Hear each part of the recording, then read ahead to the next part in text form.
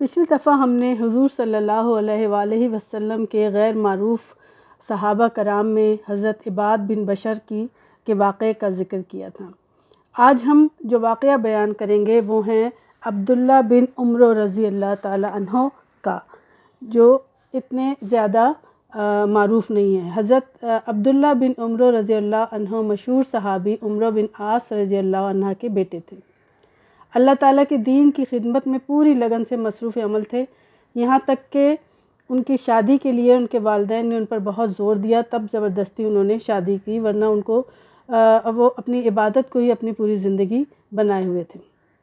اپنی شادی کی رات عبداللہ بن عمر نے اپنی نئی دلہن سے 2 رکعت نماز پڑھنے کی اجازت مانگی اور انہوں نے انہیں اجازت دی تو وہ نماز کے لیے چلے گئے۔ اللہ سے گفتگو کے خشوع میں وہ اپنی دلہن کے بارے میں سب کچھ بھول گئے اور فجر کی اذان تک نماز پڑھتے رہے۔ اگلے دن انہوں نے خود سے وعدہ کیا کہ اب وہ ایسا نہیں کریں گے، اپنی بیوی کو بھی ٹائم دیں گے۔ لیکن دوسری رات انہوں نے پھر اپنی وائف سے ایک بار پھر درخواست کی کہ انہیں 2 رکعت نماز پڑھنے کی اجازت دی جائے، پھر اپنی شادی کے بارے میں سب بھول گئے اور فجر تک عبادت الہی میں مصروف رہے۔ ایسا لگاتار کئی دنوں تک ہوتا رہا، یہاں تک کہ ایک دن حضرت عمرو بن عاص اپنی بہو کے پاس ان کی حال احوال دریافت کرنے آئے اور انہوں نے اپنے بیٹے کو نہ پا کر ان کے بارے میں پوچھا، اور ان کی وائف نے سارا ماجرا اپنے سسر کو بیان کیا۔ چنانچہ عمرو بن عاص اپنے بیٹے کو حضور صلی اللہ علیہ وآلہ وسلم کی خدمت میں لے گئے۔ حضرت عبداللہ بن عمر رضی اللہ عنہ کہتے ہیں کہ حضور صلی اللہ علیہ وآلہ وسلم نے فرمایا، کیا مجھے خبر نہیں ہوئی کہ تم رات بھر نماز پڑھتے ہو اور دن بھر روزہ رکھتے ہو؟ میں نے کہا ہاں۔ انہوں نے کہا ایسا نہ کرو، رات کو نماز پڑھو اور سو جاؤ، چند دنوں کے روزے رکھو اور چند دنوں کے روزے چھوڑ دو، کیونکہ تمہارے جسم کا تم پر حق ہے، تمہاری آنکھ کا تم پر حق ہے، تمہارے مہمان کا تم پر حق ہے اور تمہاری بیوی کا تم پر حق ہے۔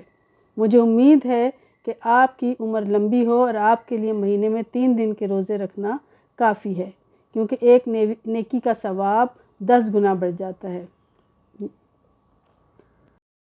عبداللہ بن عاص نے فرمایا کہ میں نے زیادہ روزے رکھنے پر زور دیا اور ان سے درخواست کی کہ مجھے زیادہ روزے رکھنے کی اجازت دی جائے، لہٰذا حضور صلی اللہ علیہ وآلہ وسلم نے فرمایا کہ ہفتے میں 3 روزے رکھو۔ میں نے کہا میں اس سے زیادہ روزے رکھ سکتا ہوں۔ حضور صلی اللہ علیہ وسلم نے فرمایا کہ وہ اس سے زیادہ کی اجازت نہیں دے سکتے۔ اس واقعے سے ہمیں یہ ریئلائز ہوتا ہے کہ ہم ہر کوئی مختلف صلاحیتیں اور کام کرنے کا جذبہ رکھتے ہیں۔ کبھی ہم دنیا میں اس قدر مگن ہو جاتے ہیں کہ آخرت کو بھول جاتے ہیں، اور کبھی عبادت میں اس قدر مگن ہو جاتے ہیں کہ اللہ تعالیٰ نے ہمیں اس دنیا میں جو حقوق ادا کیے ہیں وہ بھول جاتے ہیں۔ کسی چیز میں بھی انتہا اچھی نہیں ہے۔ ہم یہ نہیں کہہ سکتے کہ ہم صرف انسانوں کے حقوق ادا کرنے والے ہیں اور یہی کافی ہے، کیونکہ اللہ ہمیں معاف کر دے گا، اور ہم عبادت کو بڑھاپے کے لیے وقف نہیں کر سکتے اور اپنی جوانی کے لیے دنیا بھی نہیں رکھ سکتے، اور ہم یہ نہیں کر سکتے کہ ہم نے اپنا سب کچھ اللہ کے سپرد کر دیا اور اس لیے ہم اپنے ارد گرد کے لوگوں کے ساتھ تعلقات کے حوالے سے ہماری ذمہ داریاں ہم پر عائد نہیں ہوتی۔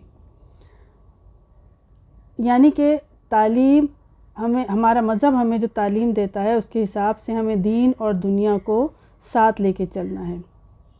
اگر آپ محمد صلی اللہ علیہ وآلہ وسلم کی زندگی کو دیکھیں تو آپ دیکھیں گے کہ یہ توازن قابل حصول ہے۔ یہ حدیث اس بات کا واضح اشارہ ہے کہ اگر ہم جانتے ہیں کہ ہماری توجہ کہاں ہونی چاہیے اور ہمیں کس طرح کا رول اپنے معاشرے میں اپنے آس پاس کے لوگوں کے ساتھ ادا کرنا ہے، تو ہم یہ توازن حاصل کر سکتے ہیں۔ اللہ ہم سب کو ایسا توازن قائم کرنے کی توفیق عطا فرمائے، آمین ثم آمین۔